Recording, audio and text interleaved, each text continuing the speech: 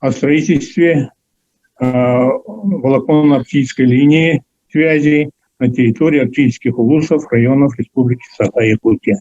Ну, предваряя, я хочу сказать, что поступает очень много жалоб, заявлений от жителей этих улусов, арктических улусов, о некачественной связи и так далее. Ну, поэтому вот сейчас хотелось бы услышать информацию. Опросимов Евгений Васильевич, руководитель отдела государственной политики в области связи министерства.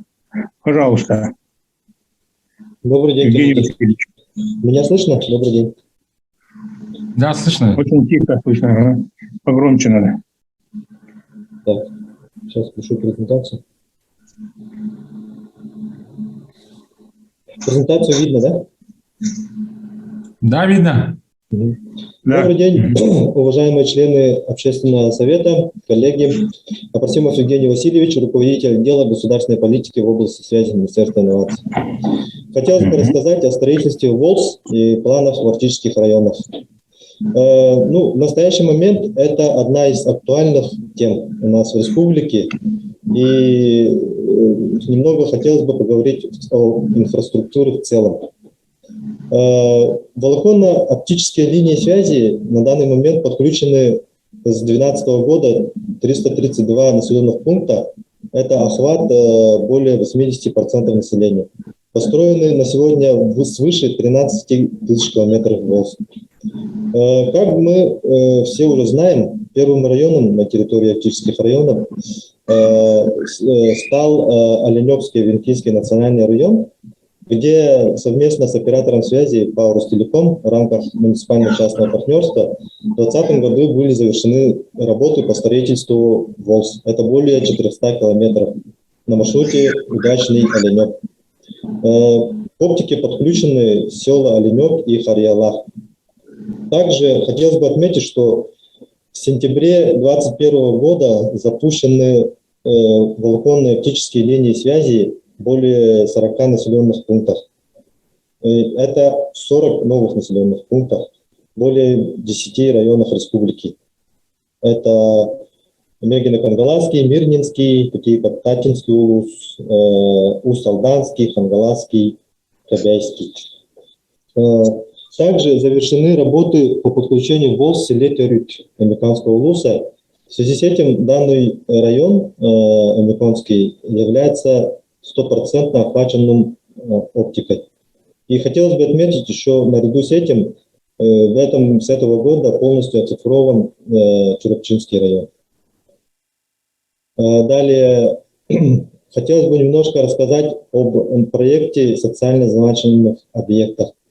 В этом году завершается наш трехлетний проект в рамках реализации федерального проекта «Информационная инфраструктура» национальной программы «Цифровая экономика Российской Федерации», по которому предусмотрено подключение социально значимых объектов, таких как общеобразовательные учреждения, медицинские учреждения, органы местного самоуправления и органы МЧС, пожарной части и МВД.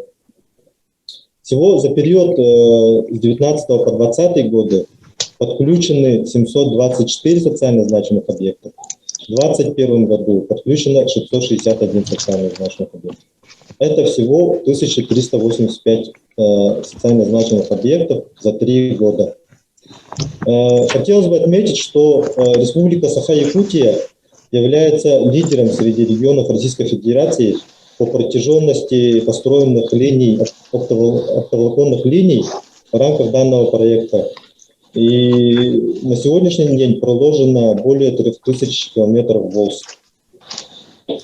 Также хотелось бы отметить, что при подключении данных социально значимых объектов на данный момент достигнута одна из главных целей. Это создание инфраструктуры до 82 отдаленных населенных пунктов. Это 13% от количества населенных пунктов Республики Саха-Якутия. Как говорилось выше, В 2021 году подключено 661 социально значимых объектов, это 512 основных и 149 дополнительных.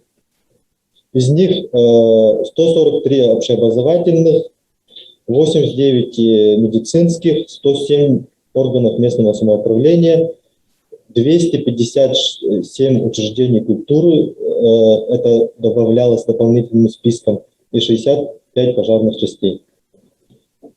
Также касаемо арктических районов, хотелось бы отметить, что в арктических районах при реализации данного проекта подключено 356 объектов. Из них 28 подключено к оптоволоконным линиям связи. Это в частности в Оленевском и Омиконском районах. Далее. По планам и строительству волоконно-оптических линий в арктических районах сейчас на данный момент ведется работа по проработке строительства ВОЛС в направлениях Оленев, Саскалах, Урюмхая, также по направлениям Момского, Верхнеколымского, Жиганского, Верхоянского районов. Проект Оленев, Саскалах, Урюмхая – это, хотелось бы сказать, что это продолжение реализованного в 2020 году проекта. Работа ведется совместно с Оленевским и Янабарским районами и совместно с оператором связи ПАО «Ростелеком». В этом году, до конца этого года, планируется объявление закупки на реализацию данного проекта. Также прорабатывается строительство ВОЛС по маршруту Хандыга-Батагай, что позволит обеспечить современными каналами связи жителей Тампомского и Верхоянского районов. В работе проекты по маршруту Кирова, Баханай, Жиганск. Ведутся работы по поиску, проработке, софинансированию данных проектов.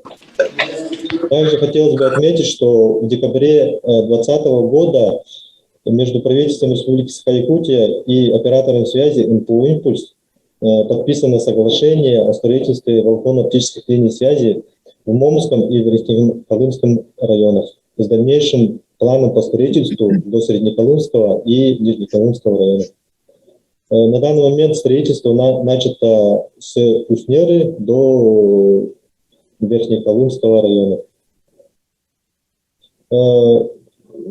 По строительству ВОЛС населенных пунктов хотелось бы отметить, что само строительство ВОЛС до населенных пунктов не решает всю проблему связи.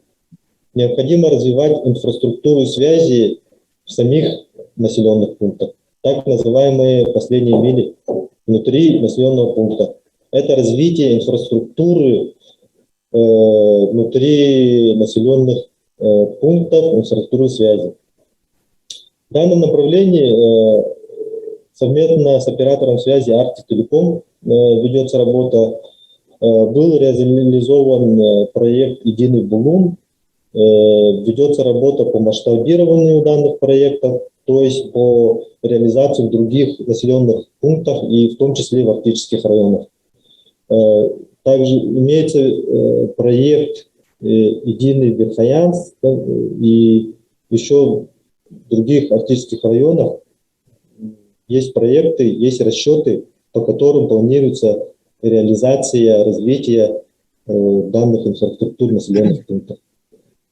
Вот как пример хотелось бы привести случай по населенному пункту Бескölь в горном районе, да, где в кратчайшие сроки Арктик-Телеком восстановил инфраструктуру, построил сеть GPON, волоконно-оптическую линию по всему селу Бескölь и, в частности, восстановил связь в 34 домохозяйствах, где случились пожары, горели дома. Также хотелось бы отметить проект по реализации подводной волоконно-оптической линии, где Республика Саха-Якутия поддержана решение Мегафона об реализации строительства подводной линии вдоль Северного морского пути с подключением поселка Тикси. В рамках данного соглашения будут реализованы строительство волоконно-оптических линий вдоль Северного пути, и как бы будет отвод проекте до поселка Тикси, что обеспечит при реализации данного проекта возможность обеспечением ВОЛС вдоль арктической зоны побережья Северного Ледовитого океана. В таких районах, как Устьянский, допустим, Алайховский, Нижнеколымский, Булунские районы. Для реализации указанных выше проектов, как показывает на практике Оленевского района, могут быть использованы механизмы муниципально-частного партнерства. То есть подача заявки, бюджетной заявки в проект госбюджета Республики Саха-Якутия с доведением до муниципальных образований или как увеличение уставного капитала для операторов связи. На сегодняшний день в 13 арктических районах проживает более 60 тысяч человек. При этом Арктика занимает более половины всей площади республики. ВОЛС, как мы понимаем, это на сегодняшний день не панацея. Строительство ВОЛС и реализация данных проектов весьма дорогое удовольствие, и в большей части нерентабельное. И ввиду географических особенностей арктической зоны хотелось бы немного сказать об спутниковой связи. Да? На данный момент спутниковая связь решает проблемы, где строительством ВОЛС не решить некоторые вопросы до отдаленных населенных пунктов. В связи с этим в арктических районах внедрены безлимитные тарифные планы пилотные, да, это таких как Батагай, Белая гора, Среднеколымск, Тикси, Кану. И также на уровне федерального центра, на уровне Минцифры проводится работа по предоставлению субсидий операторам связи для компенсации затрат аренд спутникового сегмента. Это бы позволило снизить стоимость услуг связи для конечных пользователей, для населения арктической зоны республики. Хотелось бы сказать, что в сентябре реализован ввод новых объектов спутниковой связи в труднодоступных населенных пунктах. Это совместно с УГУП «Космическая связь» и Арктик-Телеком в рамках исполнения соглашения о сотрудничестве 2012 года установлены спутниковые приемо-передающие станции и оборудование беспроводного доступа в населенных пунктах Налим Среднеколымского улуса, село Абы Ябыйского улуса, село Бутыркес Верхаянского улуса и село Алсардах Верхаянского улуса. В каждом из этих населенных пунктов организованы спутниковые каналы связи со скоростью 5,2 мегабита в секунд, что позволяет предоставлять населению указанных пунктов услуги широкополосного доступа в сети интернет. У меня все. Спасибо за внимание. Конечно, это проблема Арктики. Сейчас у нас время, как говорится, для решения проблем Арктики как раз назрело. Год Арктики, и по всей России, и по Якутии. Поэтому, конечно, сам Бог велел, чтобы мы уделяли внимание проблемам Арктики.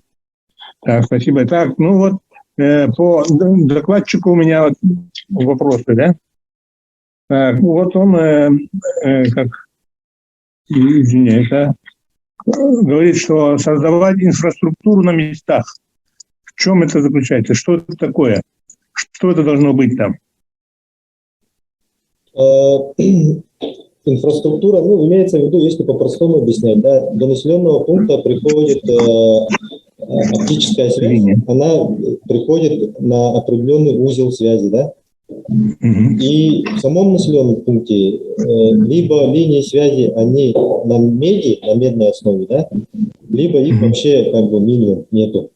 И для того, чтобы для каждого домохозяйства, для каждой организации провести вот эту пришедшую в населенный пункт оптику, необходимо развить вот эту инфраструктуру. То есть, если объяснить по-простому, установить опоры линий связи, по ним провести линии связи оптические, да, и ввести дома в организации оптические линии связи.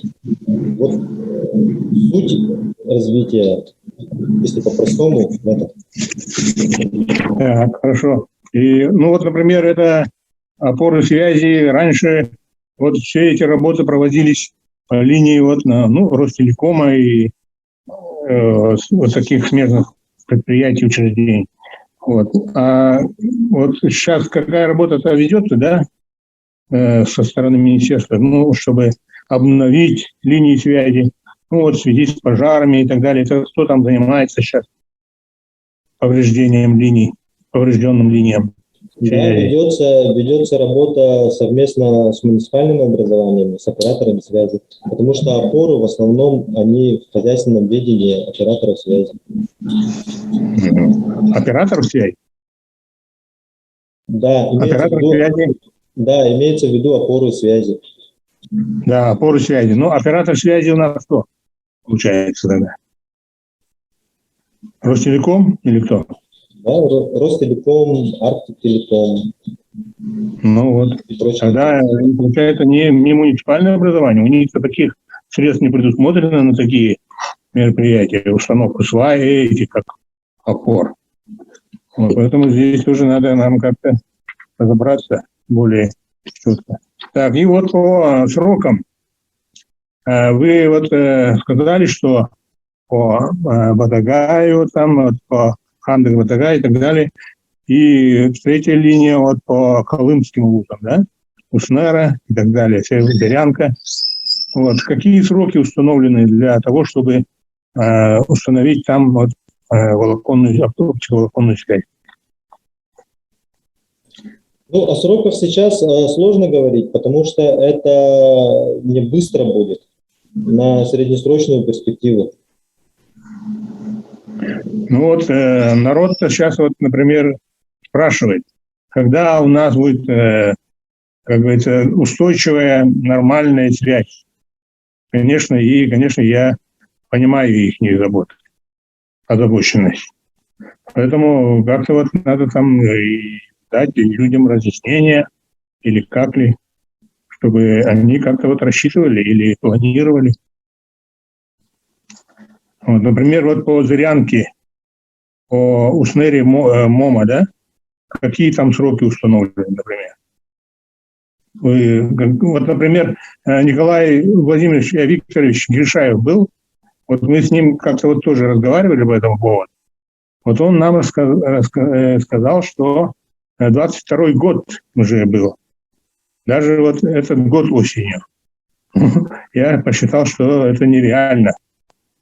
Следующий год или как? Смогут ли люди надеяться на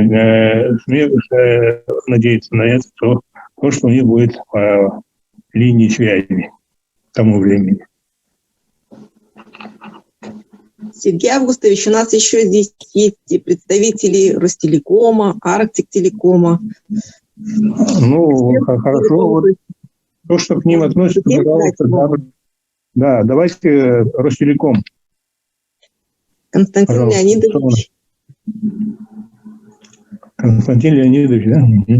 Да, добрый день, коллеги. Да, но мы в Зырянку устроиться не планировали, это не наш проект. У нас есть действительно проект постройки оптики до Соскалаха, Набарского района. Вы задавали вопрос по срокам. Мы планируем к концу этого года, в декабре уже запустить высокоскоростной интернет в поселке Желенда. И ориентировочно к сентябрю месяцу 2022 года сделать высокоскоростной интернет и качественное цифровое телевидение с 300 каналами в поселке Сыскалах. Вот такие есть у нас планы. Кабель закуплен, работы идут на этой стадии реализации. Вот. А так, на самом деле мы совместно с коллегами из Министерства инноваций реализуем много инфраструктурных проектов, строим оптику, порядка 2000 километров в год. Ну и чтобы понимать объем инвестиций, которые вкладывает федеральная компания в развитие инфраструктуры на территории республики, то эта сумма ежегодно чуть больше 1 миллиарда рублей. И благодаря нашей совместной работе с коллегами нам действительно удалось уже сделать несколько районов цифровыми. Мы на этом не останавливаемся. Есть у нас точечные планы по тем районным центрам и по тем наслегам, которые остались чуть вдали от районного центра, и которые на данный момент, может быть, действительно и малочисленные, но тоже не должны быть исключены из формата цифровизации. Вот, поэтому, я думаю, этот год и следующий мы еще плотненько поработаем и порядка 40-47 населенных пунктов подключим к высокоскоростному интернету, в том числе и в арктической территории. Правильно? Да, у меня информация такая. Хорошо, спасибо. Так, а вот по восточной линии, кто там у нас занимается? По Зырянке, по Уснери, трассе Колыма. Доброе утро, уважаемые коллеги. Смирнов Петр Сергеевич, директор компании «Импульс». С нашей компанией было заключено соглашение о развитии этого направления. На данный момент работы только предварительно начаты, то есть реальное строительство еще не начато на Зырянку со стороны Уснеры. Вот, заготавливаются материалы, завозятся со стороны Магаданской области, завозятся материалы. Очень много вопросов и сложностей административных, которыми мы занимаемся и решаем.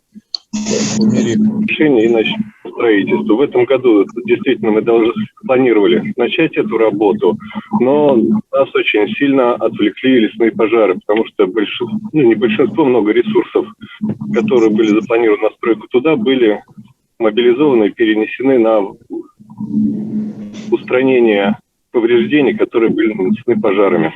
Вот. В 2022 году мы планируем уже активно начать строительство. О сроках пока говорить действительно еще рановато, потому что очень много сложностей. Район трудодоступный. Как пойдет строительство, еще спрогнозировать тяжело.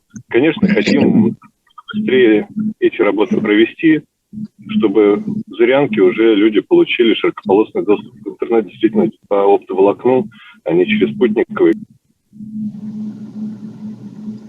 Но пока о сроках говорить очень сложно. Спасибо. Так, значит, 22-й год исключается. Значит, там пока еще ничего не надо. Надеяться на 22-й год. Так же получается? Надеяться-то надо. Безусловно, надеяться надо, но гарантировать мы этого не можем. В 2022 году мы доведем оптоволокно до Зырянки. По промежуткам, то промежуточные районы, то есть там Омский, еще. Еще раз повторюсь, как пойдет строительство в 2022 году, потому что в этом году уже строить точно не будем, потому что зима пришла. Как с началом строительного сезона пойдет строительство, как будет все у нас согласовано, там будет видно. Пока гарантировать, обещать ничего не буду. Так, хорошо, ладно. А финансирование у вас все предусмотрено? Финансирование у нас исключительно из собственных средств. Собственные средства, да? Да, которые, к сожалению, и уходят точно так же на восстановление тех ущербов, которые были причинены нам природой в этом году. Это из бюджета, значит, вам ничего не перепадает? Нет, мы из бюджета денег не берем. Это все собственные инвестиции нашей компании. Понятно. Ну, хорошо, тогда, конечно, и взятки гладкие, как говорится. Вы, как-то частная компания, ну и сами финансируете свои работы. Но Понятно. несмотря на это, мы очень плотно взаимодействуем и работаем с Министерством инноваций. Хорошо, спасибо. Так, вопросы у кого еще есть? Может быть, мы дадим слово всем операторам, всем приглашенным? Здесь есть понемногу, Давайте, да. много времени. Кто там у нас? Андрей Иванович, Пожалуйста. генеральный директор Arctic Telecom. Да. Добрый день, коллеги. Добрый день, Сергей Августович. В дополнение информации, которую дали уже коллеги по развитию инфраструктуры связи в Арктике. Во-первых, хочу сказать, что наша компания зарегистрировалась в этом году, но не значит, что она новая. У нас очень большой опыт работы в отрасли связи, поскольку мы являемся правопреемником государственного унитарного предприятия ТЦТР, и в результате реорганизации организована акционерная компания Arctic Telecom. Поэтому те планы, которые были заработаны, и опыт предыдущих лет, мы активно работаем по всей республике, ну и, соответственно, в Арктике тоже. Арктика особенно, она нам близка. Во-первых, у них очень большие проблемы, не только там малые населенные пункты. Самое слабое место – это наш районный центр, поскольку там, где есть спутниковые каналы связи, они, простым языком говоря, узкие, на них нельзя дать максимально возможные качественные услуги связи. Это проблема всех спутниковых операторов связи, поскольку спутниковый ресурс, он дорогой. И для того, чтобы оператор связи работал небольшой там прибылью, надо очень хорошо там продумать, как это делать, как эффективно использовать тот спутниковый ресурс, который мы арендуем. Для этого есть там технологии обновляются, которые на этом задействованы и так далее. Но тем не менее, мы, как и Ростелеком, уже предоставляем услуги безлимитного доступа. И, наверное, самое важное, я Евгений Владимирович напомню, что помимо того, что мы ожидаем, естественно, прихода магистральных каналов связи на Землю, мы ведем большую подготовительную работу, уже имеем опыт работы и построили внутрипоселковые оптические распределительные сети. Это у нас прошлый год в Тикси построили. До этого реализованы аналогичные проекты в Черском, Нижнеколымской области и Депутатском. В этом году первый этап мы завершили работу по поселку Зарядка. Практически все дома подключены к оптической линии. Для чего это делать? Ну, во-первых, во всех районных центрах надо ставить задачи организации, так скажем, установки мини-центров, центров обработки данных, либо большие сервера, которые могли бы разгрузить внутренний трафик. Те же организации видеоконференц-связи внутри района, самого поселка, образование, дистанционное образование. И очень большой трафик потребляет, так скажем, любители компьютерных игр. И мы хотим за счет этих серверов разгрузить и высвободить внешний трафик, внешние каналы высвободить, чтобы вся информация, там, тот же ВКС, Zoom, все идут через Якутск и другие там порталы. Мы хотим разгрузить, эти решения есть, на этой теме работаем. И, само собой, естественно, наверное, информацию вы слышали, что мы с Анатолием Москаловичем недавно ездили, участвовали на международной конференции операторов спутниковой связи. И планируем большие работы. И сегодня отмечали, что у нас есть соглашение с национальным спутниковым оператором. Это ФГУ, космическая связь. С ними мы отрабатываем и уже планируем работы о использовании новых космических аппаратов, которые будут выводиться в декабре этого года. Такие аппараты, как «Экспресс», АМУ-7, АМУ-3, они как раз покрывают всю территорию республики. И такой задел мы уже заложили, что мы будем брать для них ресурс. Ну, само одно дело ресурс купить, под это, естественно, нужны объемы финансирования. Мы работаем над тем, ежегодно работаем над тем, чтобы снизить их тарифы. Что ГП «Космическая связь», что спутник ИМАЛ, «Газпром», космическая система. Эта работа плановая у нас всегда ведется. Поскольку она имеет большие последствия, положительные для потребителя. И то, что мы запустили там последнюю, провели работу по вводу спутниковых станций в Верхоянском УГУСе, Среднеколымском и Обыдском УГУСе. Это тоже задел. Мы расширяем спутниковые каналы, раз. Во-вторых, то, что мы еще в 2016 году по проекту устранения цифрового неравенства установили в малых населенных пунктах, обеспечили бесплатный доступ к порталам, таким как госуслуги, Сахагов, Дальний Восток, и организовывали точки доступа. Они уже свою задачу функциональные выполнили. Поэтому мы хотим, чтобы в этих районных центрах не только была там точка Wi-Fi, но уже мы организовывали адресную доставку интернет-услуг до домохозяйств. Поэтому вот эта работа у нас активно идет. Ну и само собой, конечно, акцент на строительство распределительных сетей в населенных пунктах.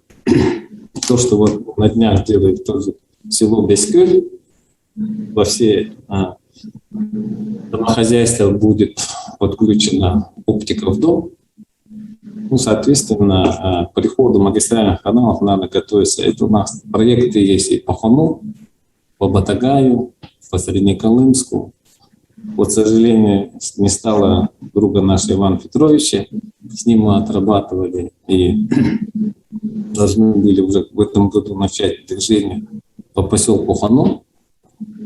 Но, к сожалению, там аукцион не состоялся, в связи с тем, там были жалобы в ФАС и так далее.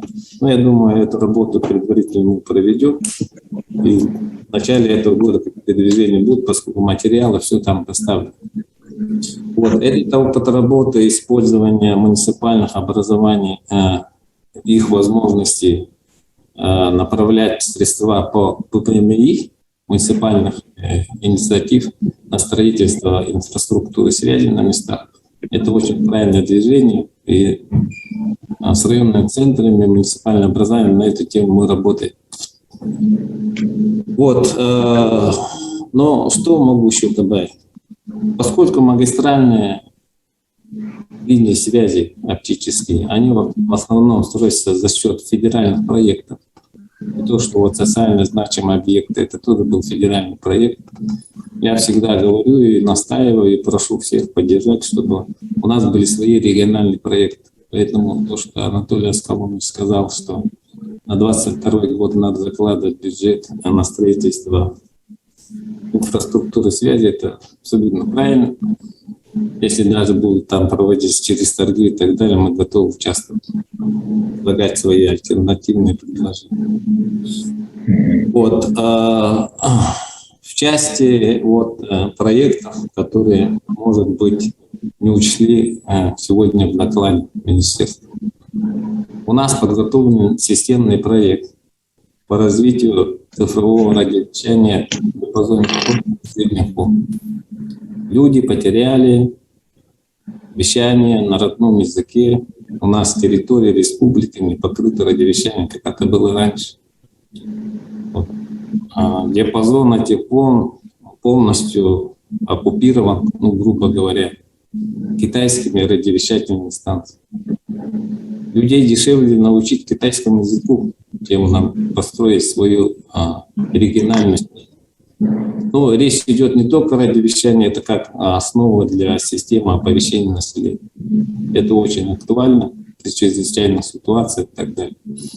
Поэтому проект развития цифрового радиовещания я бы хотел, чтобы общественный совет тоже имел в виду и везде нас по возможности поддерживал. Ну, в принципе, я могу, конечно, долго говорить на наши профессиональные темы, поэтому, если будут вопросы, я лучше отвечу на вопросы. Спасибо. Хорошо, спасибо. Петр Сергеевич уже выступал, Смирнов у нас. Евгений Анатольевич, есть что добавить? Генеральный директор ООО «Эксперт Телеком». Евгений Анатольевич, вы на связи? Алло. Слышно меня, да? Да. Да. Слышно? Не видно. Слышно, но не видно. Рад приветствовать всех на конференции. Так, к сожалению, я за рулем, поэтому не могу включить видео. Выражаем готовность поддержать все начинания. Очень рады, что в год Арктики есть такое начинание. Добавить нечего. Хорошо. Чем вы занимаетесь? Рад слышать всех. Чем вы занимаетесь? Извините. Мы тем же самым строим собственные сети по одному региону, подключаем к интернету. Наверное, тогда у вас какой-то участок работы, да? Или какие-то улусы за вами закреплены? Да, улусы, но не арктические. Понятно. Но все равно здесь тоже у нас проблем много. Конечно. Да, готовы включиться в работу. Хорошо. Спасибо.